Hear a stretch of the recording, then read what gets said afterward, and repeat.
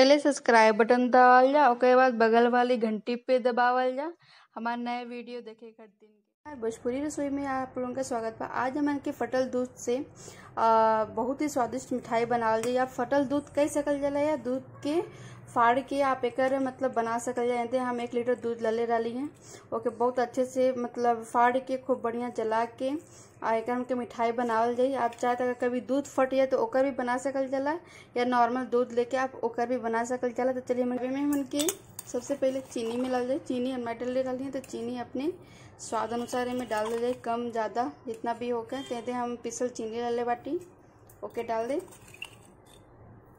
अब एक अच्छे से हमन के मिक्स कर देवल जाए।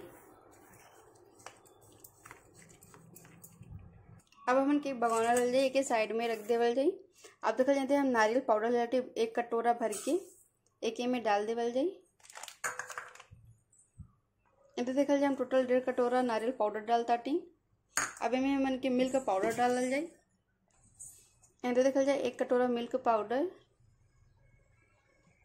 अब इनमें हमन के कंडेंस्ड मिल्क डालल जाए। अब देखल जाए हम नेस्ले का कंडेंस्ड मिल्क डाले बाटी ओके डाल देवल जाए।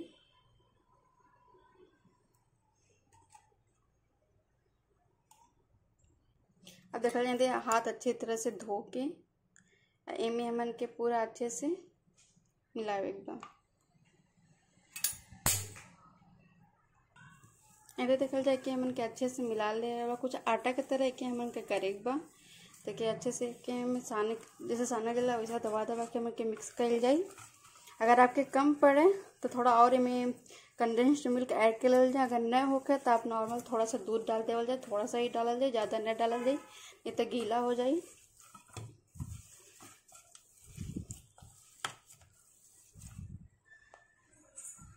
अब हमन के एक प्लेट लेवल जाए, ओमे के रख ले जाए और अच्छे से हमन के दोबारा के मड़ल जाए। यदि हमन के 2 भाग में कर लेवल जाए। इनमें हमन के फूड कलर डालल जाए, कलर लाए खट्टिन के। तो एक में हम ऑरेंज डालते बाटी, दूसरा में हरा। तो ये देखल जाए मैं हरा कलर डाल के हमन के अच्छे से मिला लेवल जाए।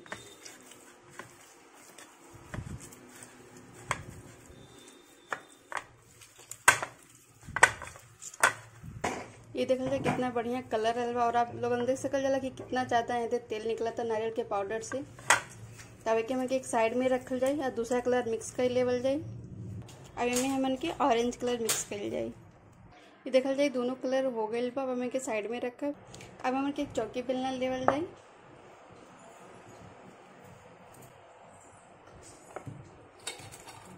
एके हमन के बेलल जाए।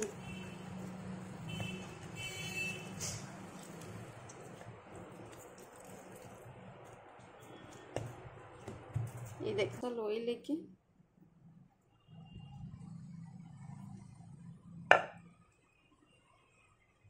दूध का बाट देवे एक बार।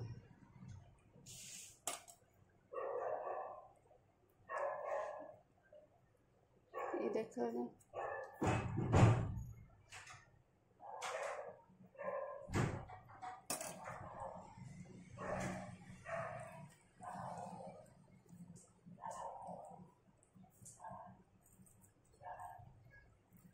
ये देखल जाए हमन के एक मीठा बन के तैयार हो गइल बा।